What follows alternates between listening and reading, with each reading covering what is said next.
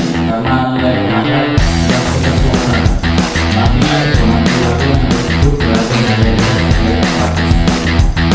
Nah, buat teman-teman yang mungkin masih bingung, kita bakal bahas tentang progression. Jadi jangan kemana-mana. Oke, sebelum kita bahas sekarang, kita dijelasin apa saja isi dari nilai ASN itu apa itu.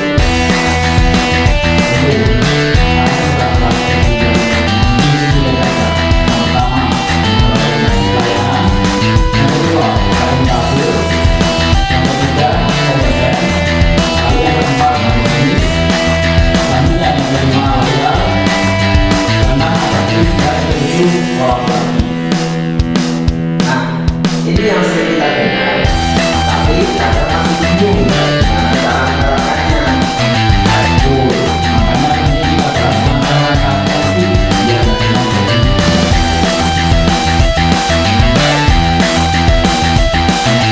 Oke, kita mulai dari tanggal apa yang bisa dilakukan.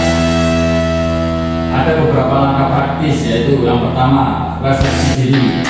Luangkan waktu untuk mengevaluasi apakah perilaku kita sehari-hari sudah sesuai dengan nilai takwa. Misalnya, apakah kita sudah melayani masyarakat dengan tulus?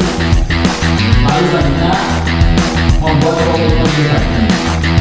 Bisa dengan menuliskan strategi harian, misalnya hari ini saya akan mendengarkan keluhan masyarakat dengan sabar.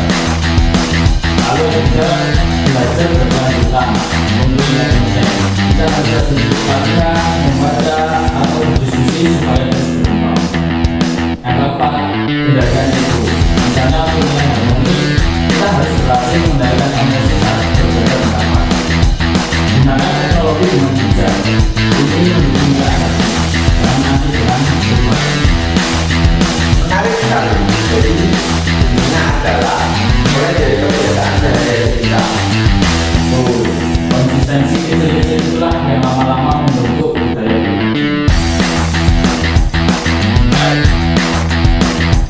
Kalau sudah dari diri sendiri, bagaimana mengeluarkan dari masukan?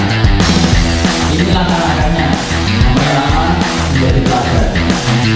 Orang di sekitar akan lebih mudah meniru tindakan nyata ketimbang menilai hasilnya. Yang kedua, membangun komunikasi positif. Misalnya, menyampaikan ide dengan ramah, memberikan apresiasi dan membiasakan musyawarah. Selanjutnya, menciptakan budaya kerja. Bisa lewat aturan kecil seperti disiplin waktu, transportasi laporan, dan gotong royong dalam pekerjaan. Lalu ada lagi kolaborasi lintas unit. Nilai kolaborasi bisa diwujudkan dengan membuat kelompok bersama, bukan bersaing antar bagian.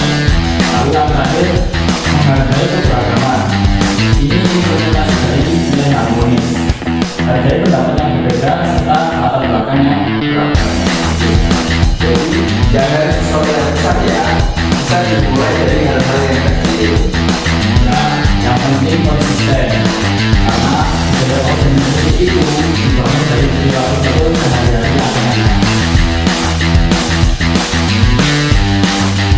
Tapi saya yakin pasti ada tantangan juga. Misalnya ada yang masih cuek dan tidak terbiasa. Tantangan utamanya biasanya resistensi terhadap perubahan dan bersama. Tapi ada tipsnya, saya kasih tahu tipsnya. Mulai dari diri sendiri, ada 1-2 orang dulu dengan langsung banyak.